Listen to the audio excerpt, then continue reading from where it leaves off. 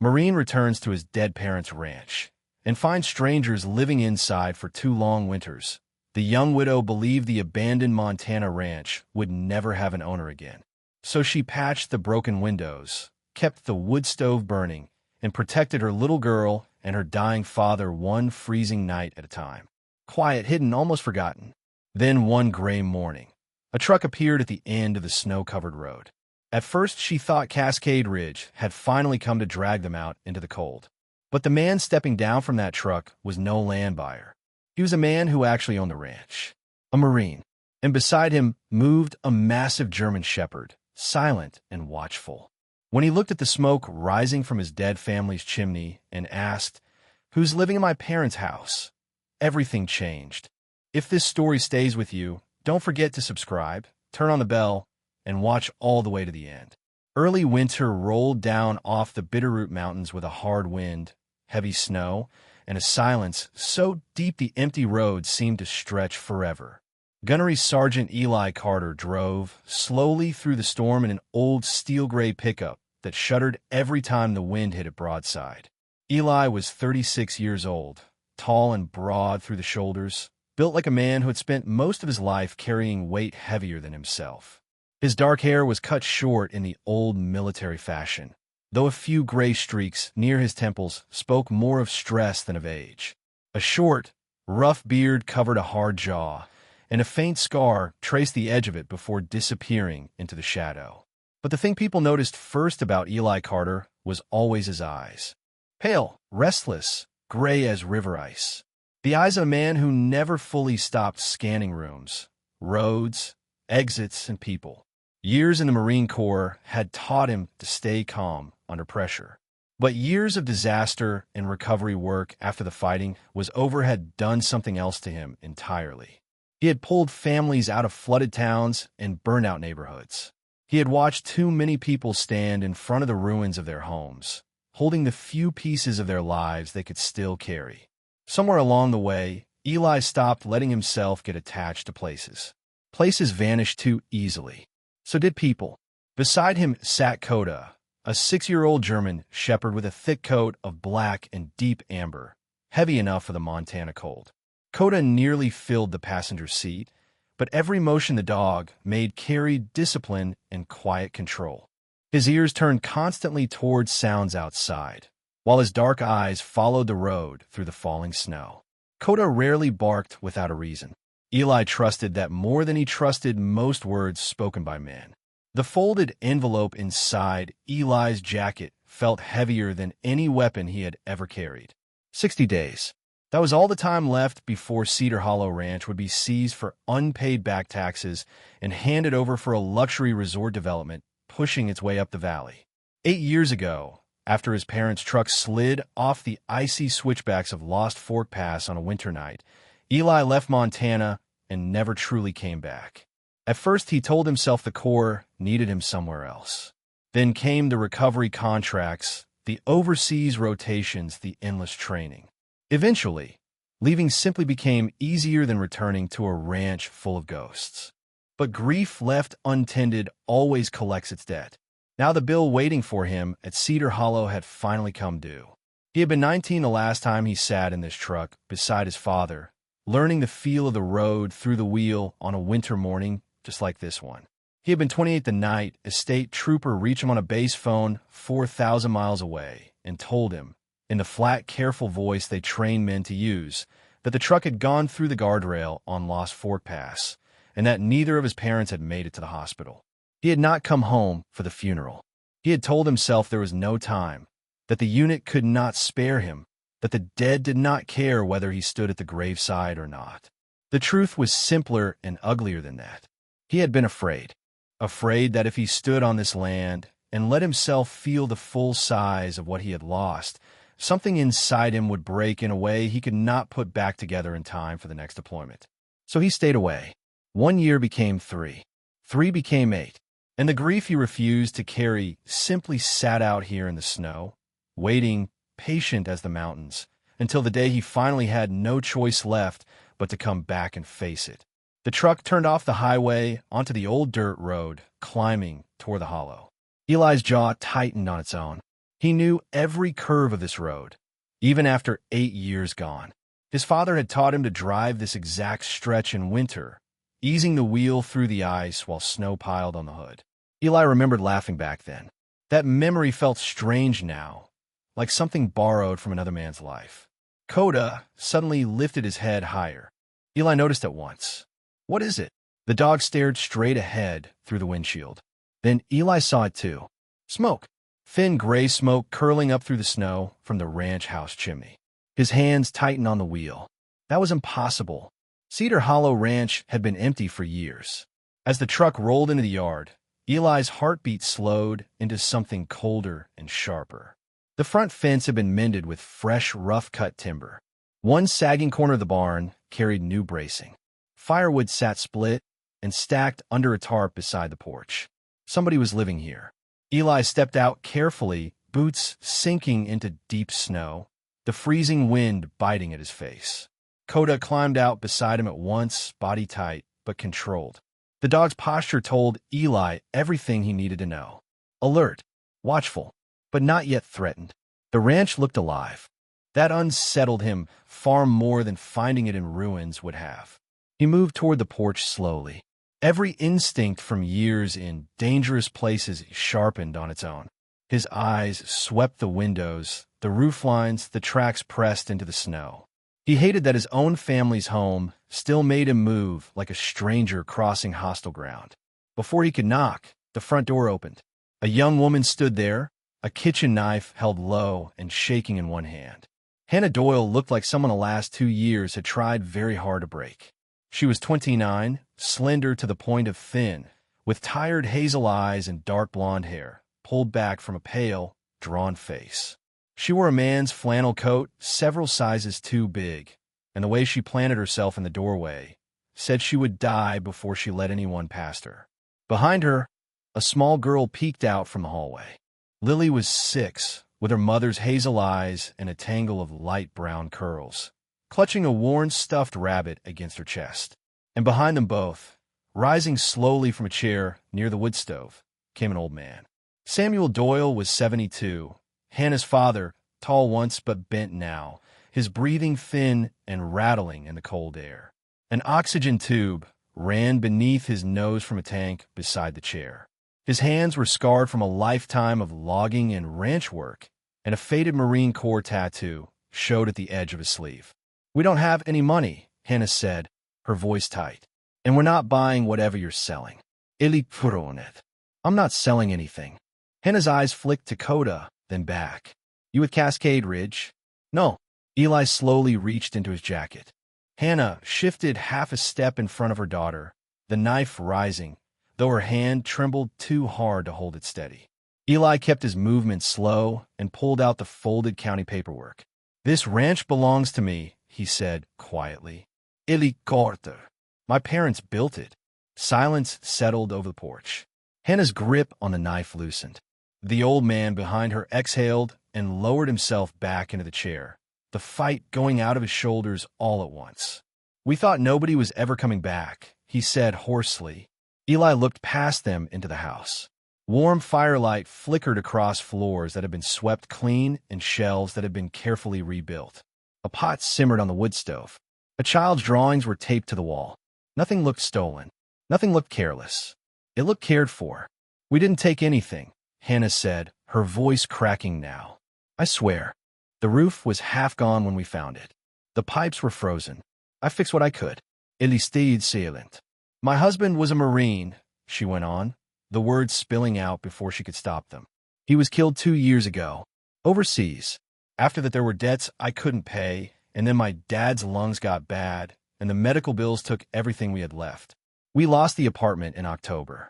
Winter was coming, and this place was empty, so she stopped, embarrassed, and looked at the floor. We just needed somewhere Lily wouldn't freeze."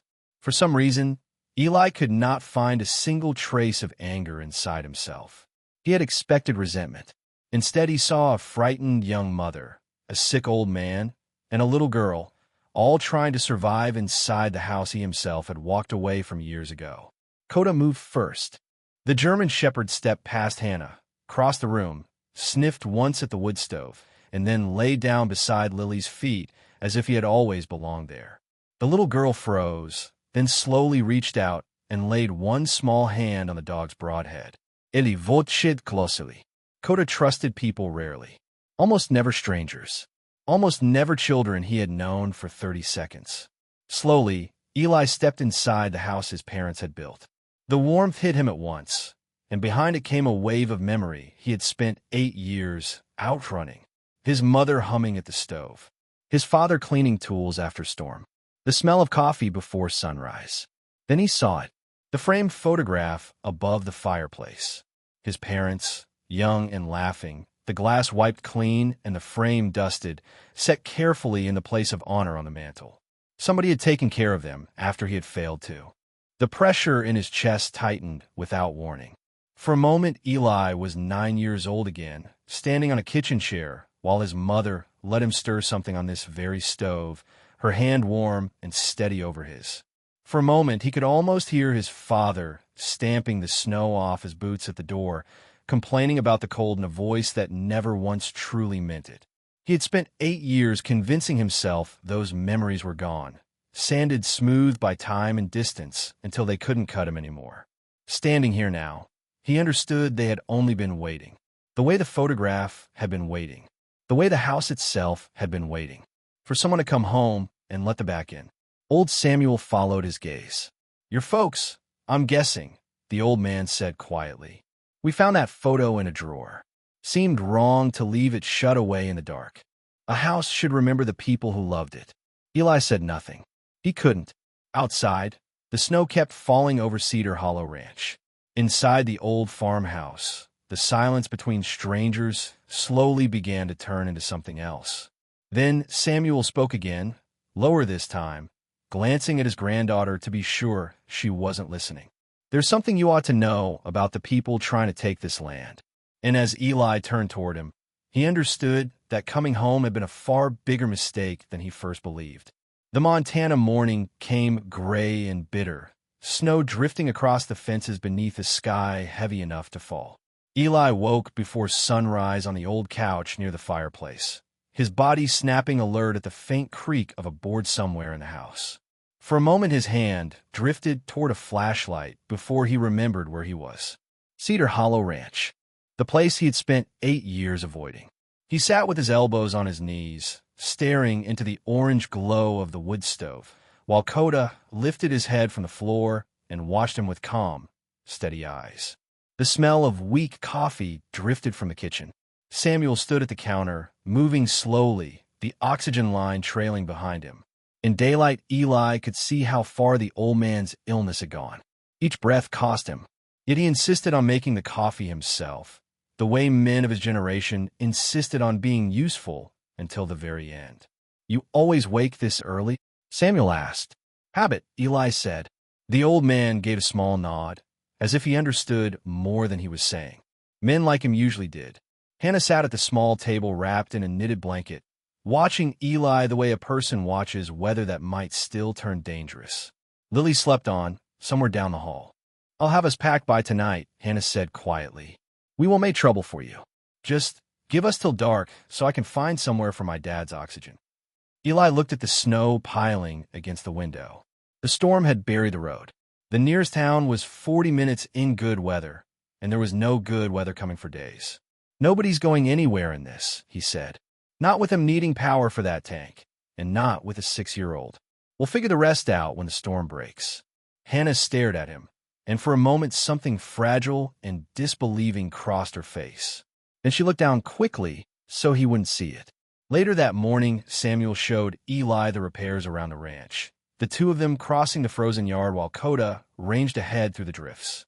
Eli noticed the patched fences, the braced barn wall, the new boards nailed across the gaps in the stable. None of it was professional work. All of it was stubborn, determined, done by hands that didn't have the strength but used what they had anyway. "Most of the roof was gone when we got here," Samuel said, pausing to catch his breath. "First winter near killed all 3 of us." Eli ran a hand along one of the braces. "You did this with your lungs like that?" "Did most of it before they got this bad," Samuel admitted. "Hannah did the rest." That girl's got more spine than men, twice her size. He looked across the white yard. Your father's tools are still hanging in the barn. We used them. Clean him after. Hope that's all right. Eli looked toward the barn and didn't trust himself to answer. His father's tools, hanging exactly where they always had. 8 years gone, and walking this ranch still felt like stepping into grief he had never finished feeling. Your husband, Eli said finally to Hannah, back inside. What unit? Hannah told him. Eli went still. He hadn't known the man, but he knew the unit, knew the deployment, knew the stretch of road where it had happened. For a moment, the two of them stood in the kitchen of his dead parents' house, a Marine and a Marine's widow, connected by a brotherhood that asked nothing and explained everything. Later, while Hannah put Lily down for a nap, Samuel waved Eli over to the chair by the stove and rolled his sleeve the rest of the way up. The faded tattoo was an eagle, globe, and anchor, the ink gone soft and blue with the years. 68 to 70, the old man said. 2 tours. Came home. Nobody much wanted to look at us, so I went up into the woods and cut timber for 30 years instead. He coughed, a deep, wet sound, and waited for it to pass before he went on. These lungs are the bill for all of it. Sawdust and diesel and a pack a day. Worth every cent at the time. Less sure about that now. Eli sat down across from him. You should be in a hospital, not riding out a blizzard in a barn. Hospital costs money I don't have, Samuel said simply. And a man my age would rather die somewhere with a wood stove going and his granddaughter laughing in the next room than in a white hallway that smells like bleach. He fixed Eli with a steady, level look. You understand that. I can see it on you. You've stood next to men while they decided where they were willing to die. Eli didn't answer. He didn't have to. That boy of hers, Samuel went on, quieter now. Hannah's husband. He was a better man at his age than I ever was at mine. When the notice came that he was gone, something just went out of that girl, and I have spent 2 years watching to see whether it would ever come back. He nodded toward the hallway, where Lily's small voice could be heard murmuring secrets to the dog. It came back a little the day you stood on that porch and told us we could stay. Whatever else happens out here, son, I wanted you to know that much. The old man rolled his sleeve back down. The conversation finished as far as he was concerned, and turned his face toward the fire. He'd have been proud of how hard you fought to keep his daughter warm, Eli said. Hannah turned toward the window so he wouldn't see her face. By early afternoon, the sound of an engine cut through the muffled quiet outside. Hannah's whole body changed. Eli saw it instantly. A black SUV rolled up the plowed-out track and stopped near the porch. The man who stepped out carried himself like someone used to controlling a conversation before it started. Dale Mercer was around 48, tall and smooth, his dark hair going silver at the temples, his long charcoal coat absurdly out of place against the muddy snow. Clean boots, trimmed beard, an easy, practiced smile. Eli disliked him immediately. Mercer's eyes went first to Hannah and Samuel. Still here, I see, he said pleasantly. Hannah lowered her gaze. Samuel's jaw set hard. What do you want, Mercer? Mercer ignored the question when he noticed Eli standing by the barn. Well now, he said slowly, you be the Carter boy, the Marine. We heard one of you might finally turn up. Eli crossed his arms. You know who I am. Everyone in Camas Falls knows the Carter family. Good people, your folks. Real shame about that pass. Mercer let the words hang a beat too long. Cascade Ridge is putting together something special for this valley. Resort, golf, the whole picture. This parcel sits right where we need the access road. The county takes it for taxes in 60 days regardless. I'm just here to make sure you walk away with something in your pocket instead of nothing. It's not for sale, Eli said. Mercer chuckled softly. Sentiment's expensive, son. You sure about that? His eyes slid back to Hannah and the little girl, now watching from the window. Be a shame for these squatters of yours to get caught in the middle when it all goes through anyway. Before Eli could answer, Coda stepped between them, a low growl rolling deep in his chest. The dog stood rigid, amber eyes locked on Mercer, unblinking. Coda did not bark. Somehow that made it worse. Mercer's smile thinned. He took a slow step back toward the SUV. Talk to your lawyer, Carter. This place doesn't survive the spring. He climbed in, and the black SUV rolled back down the track and vanished into the gray. Silence settled over the yard. Samuel lowered himself onto the porch step, breathing hard. Hannah pressed one hand flat against Coda's neck, and the dog stayed close beside her without moving. "He's run half the old families out of this valley already," Samuel said. "Smiles the whole time he does it." Eli looked across the frozen property. Yesterday, this ranch had been a burden he planned to sell. Now, for reasons he didn't fully understand yet, it felt like something worth protecting. Then he noticed the fresh tire tracks near the eastern fence line, tracks that had not been there that morning. The next days settled into a hard rhythm. Eli could not get the family down the mountain, even if he'd wanted to, and slowly he found he no longer wanted to. The storm passed, and another rolled in behind it. Samuel's oxygen tank needed power, so Eli got the old generator in the barn running and rationed the fuel. Hannah cooked, mended, and watched him with that same cautious disbelief, as if kindness were a trap she hadn't found the spring on yet.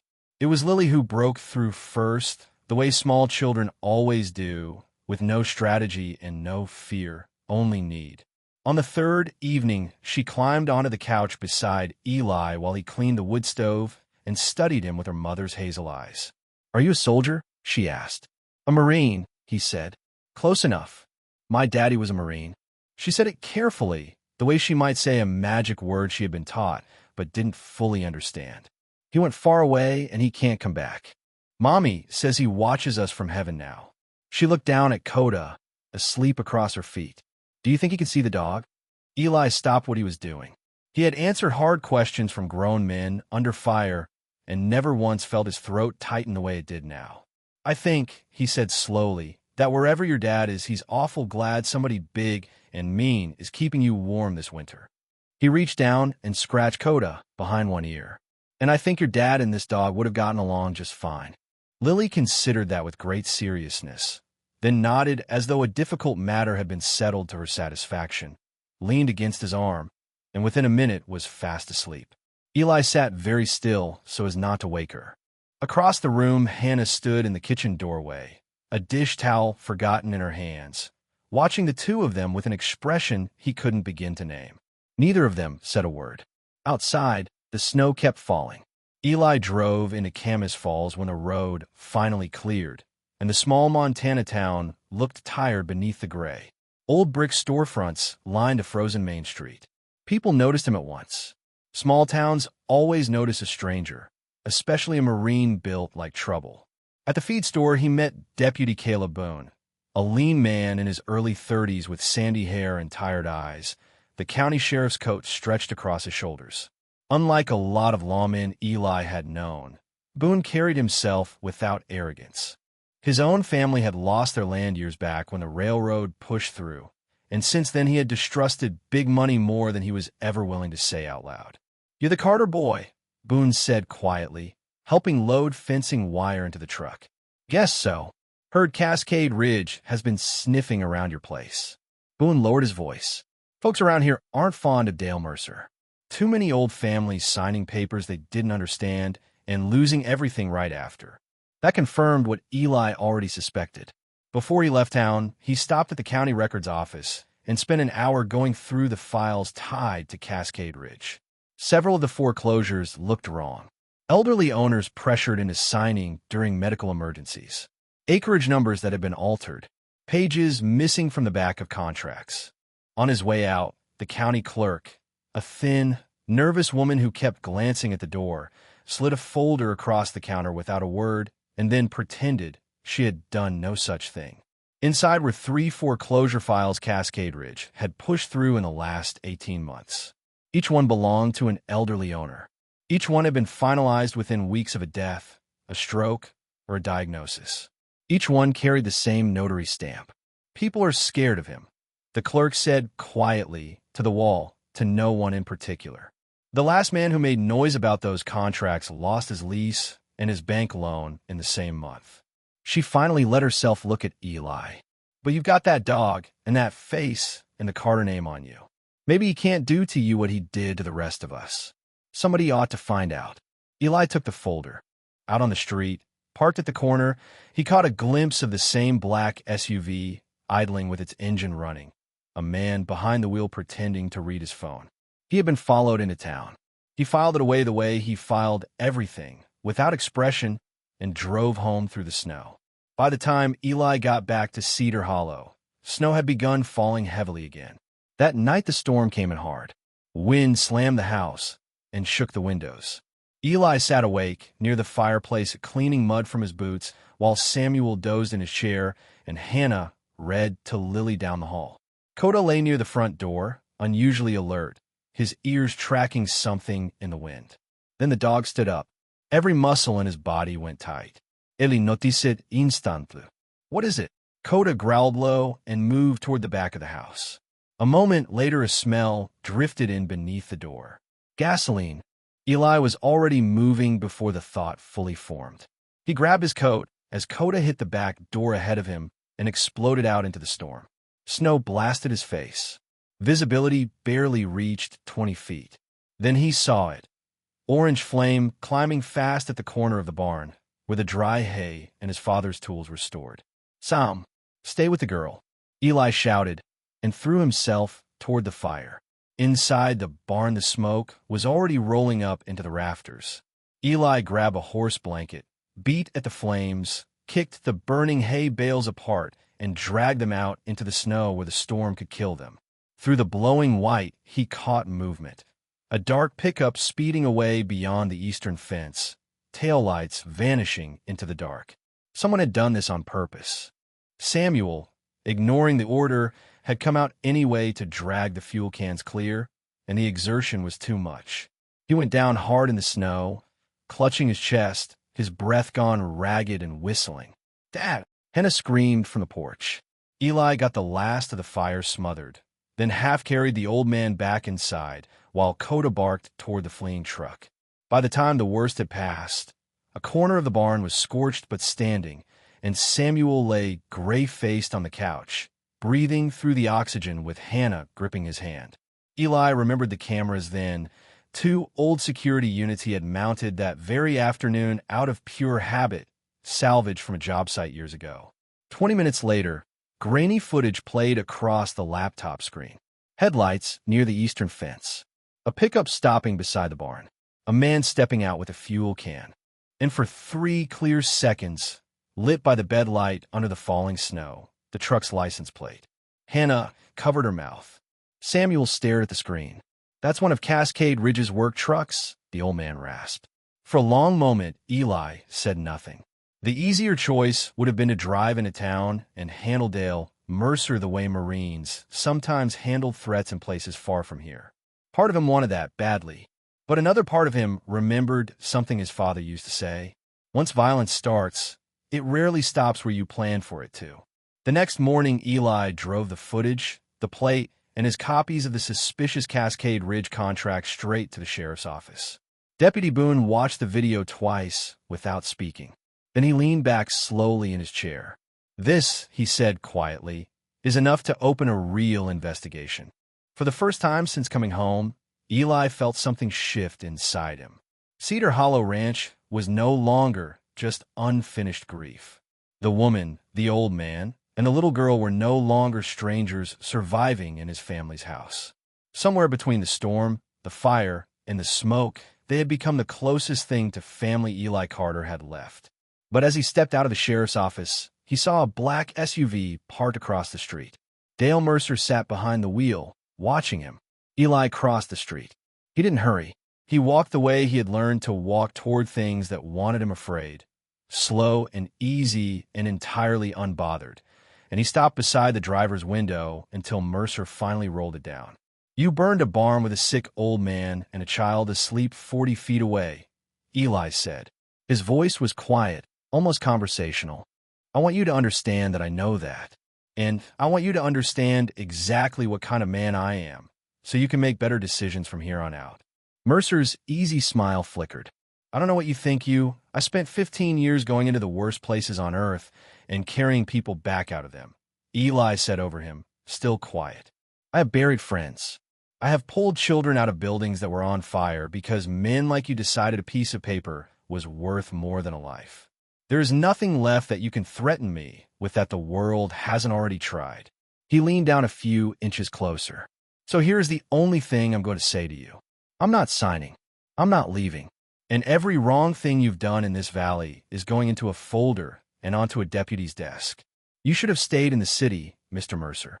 For the first time, the smooth confidence cracked, and underneath it, Eli saw exactly what he had expected to find. A small, frightened man who had only ever won against people too tired and too poor to fight him back. Mercer rolled the window up without another word and pulled away too fast on the icy street. Eli watched him go, then turned and walked back to his truck, where Coda waited with his ears up and his eyes fixed on the vanishing SUV. The storm finally broke over Camas Falls, leaving Cedar Hollow buried deep in snow and quiet. Samuel's chest had settled, but the fire had cost him more than he let on, and the doctor in town said plainly that another winter in the cold could be his last. The day the road cleared enough to risk it, Eli drove the old man down the mountain himself. Samuel wrapped in 2 blankets in the passenger seat where the dog usually rode, the oxygen tank wedged carefully at his feet. At the small county clinic, a tired doctor listened to his chest for a long time, then took Eli aside in the hallway. The smoke set him back months, she said bluntly. His lungs were already failing before this. Another hard winter in a half-heated house, another shock like that fire, and I don't believe he sees another spring.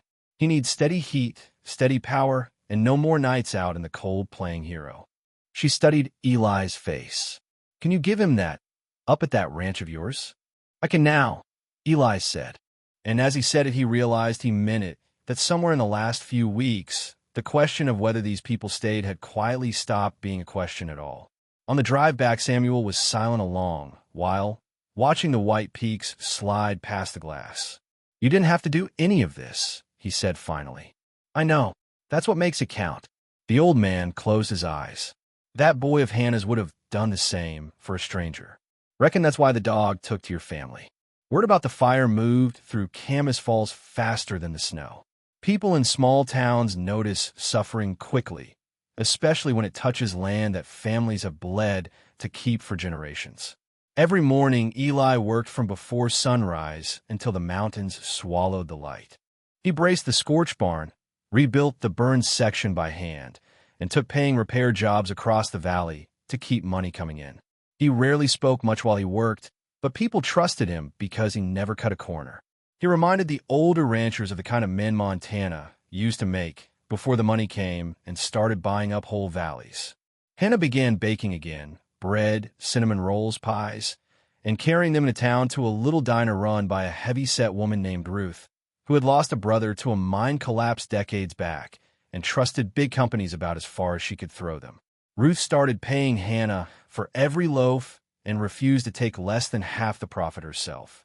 You keep baking, honey, Ruth told her one snowy morning. Let me worry about the customers. Hannah nearly cried hearing it. Lily and Coda became inseparable. The little girl followed the huge dog everywhere, and the dog who trusted almost no one let her braid ribbon into his collar and fall asleep against his side. Children from town started coming by just to see him. Older veterans began showing up too, pretending they only wanted to look at the dog before staying to clear snow or mend fence. One of them was Marcus Webb, a 60-year-old Army veteran with a permanent limp and a dry, easy humor that filled silence without trying. He rolled up the track one afternoon with 2 spare propane heaters in the bed of his truck. Heard somebody's trying to bury you folks, Marcus said, unloading them. Figured I'd disappoint them. More people followed after that. Not enough to fix everything, but enough to matter. Cascade Ridge noticed too, and the pressure started quietly. Official-looking inspection notices appeared taped to the gate, citing code violations on the fire-damaged barn. County inspectors arrived, demanding access after anonymous complaints about the water. Then, one morning, Eli found the main water line deliberately cracked near the eastern hill, fresh tool marks cut into the frozen pipe. They want us worn down, Eli said, crouched beside the broken line. Samuel, watching from the porch with his oxygen tank, only nodded. He understood the strategy. So did Eli. Hannah's strength held, but the fear sat behind her eyes again, and twice that week Eli found her awake long after midnight at the kitchen table, the unpaid medical bills spread out across the wood. She always folded them away fast when he came in. One night he sat down across from her instead of passing by. "You should sleep," he said. She gave him a tired smile. "So should you." Neither of them moved. The silence felt, strangely, like comfort. After a while, Hannah looked toward the dark window.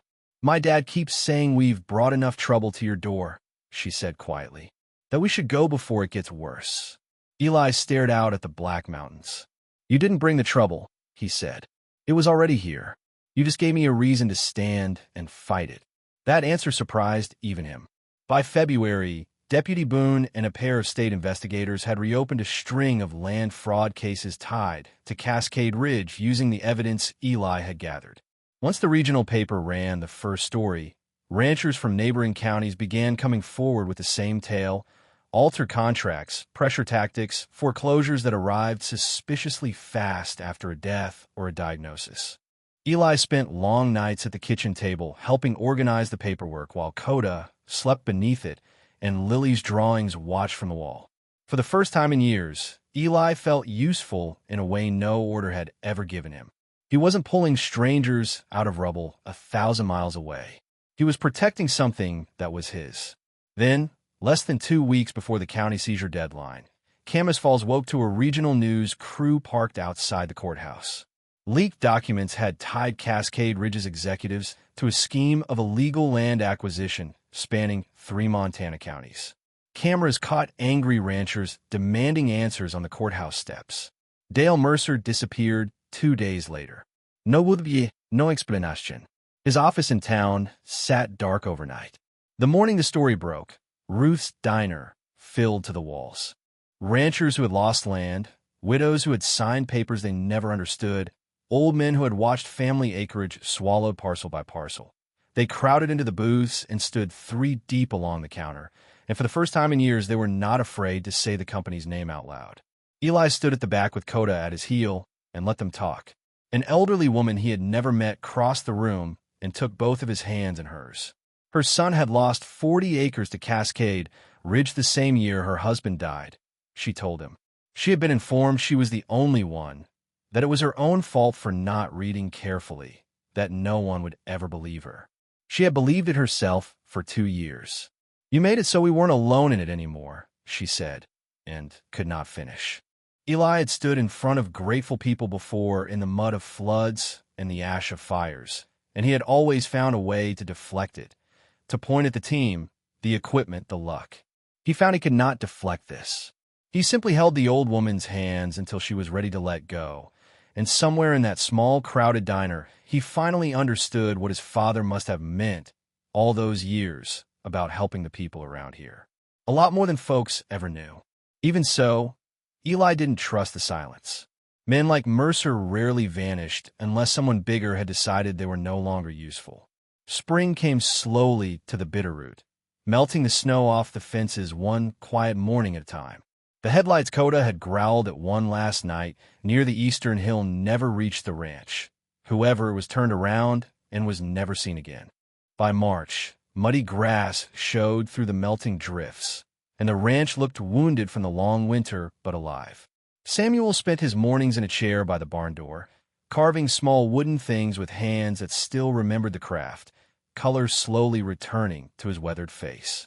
Hannah moved through her days without flinching at every engine on the road. And Lily, who had arrived in October too frightened to speak to a stranger, now ran shrieking with laughter across the yard while a German shepherd chased her in slow, patient circles. One afternoon, Deputy Boone drove out with a weatherproof folder under his arm and exhaustion deep in his eyes. "We got them," he said quietly, handing it over. Inside were the county's final rulings. The resort project was frozen pending criminal investigation. More than that, an emergency restitution fund would repay the families harmed in the illegal acquisitions. That money, combined with what Eli had earned through the winter and the donations the people of Camas Falls had quietly raised, was finally enough to clear the back taxes on Cedar Hollow Ranch completely. For the first time in 8 years, the property officially belonged to the Carter family again. Eli sat alone outside the barn that evening with the tax release papers in his rough hands. The Montana sunset turned the mountains gold behind him, and the cold wind rolled soft through the valley. Coda settled beside him without a sound. "Guess we're staying," Eli told the dog. Coda rested his head against Eli's leg, as if he had known that all along. That night, for the first time since the funeral he had never attended, Eli let himself stand in his parents' bedroom. Hannah had cleaned it but left it otherwise untouched, his mother's hairbrush still on the dresser, his father's reading glasses folded on the nightstand, as though the room itself had been holding its breath for 8 years, waiting to see whether anyone would ever come back to claim it. He sat on the edge of the bed and let the grief come. Finally, the way he had refused to let it come on a base phone 4,000 miles away. It moved through him like a tide, and then slowly like a tide, it drew back out again, and what it left behind was not the breaking he had spent 8 years dreading. It was something quieter, something almost like peace. In the morning, he found Lily crouched in the dead winter dirt beside the porch, frowning hard at the frozen ground. "What are you doing out here?" he asked. "Mommy says there used to be flowers here," the girl said.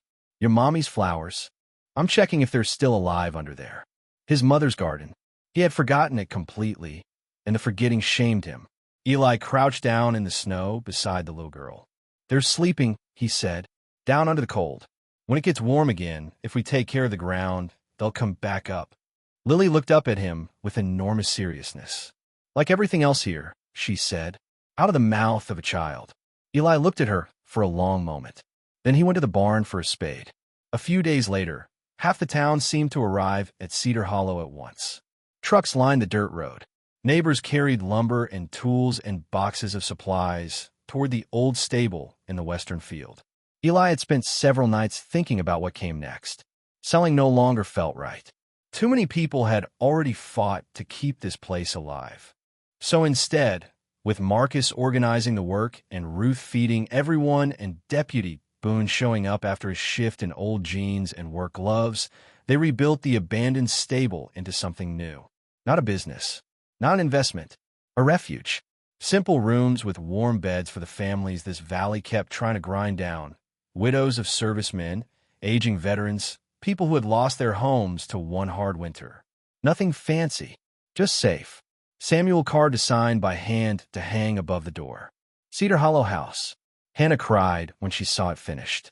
That evening, Eli walked alone to the front gate, carrying another piece of wood under his arm. The original ranch sign his father had built decades ago had been split and weathered nearly to nothing. Eli had spent 3 hours in the workshop repairing it, fitting the broken pieces back together.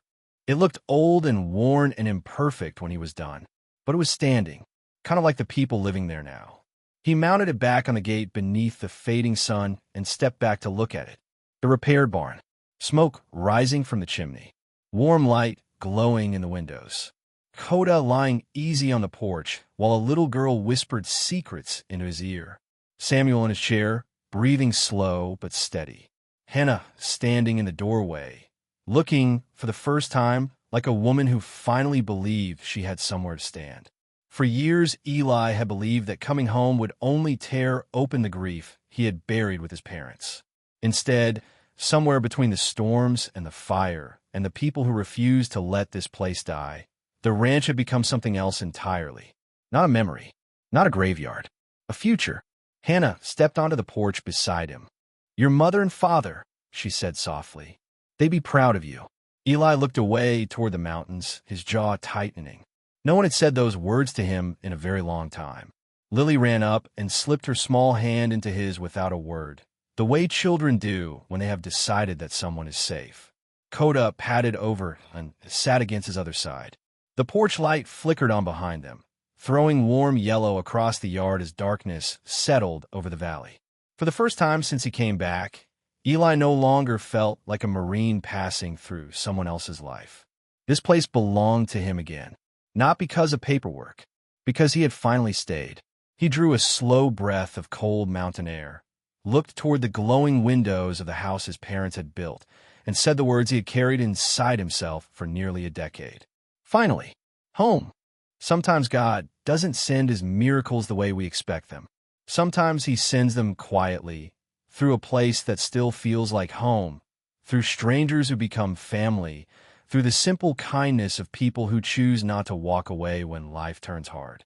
Eli thought he had come back to bury the last of his past. Instead, he was given a second chance to rebuild something he believed was already gone. In everyday life, so many people carry a silent pain, just like the ones at Cedar Hollow Ranch.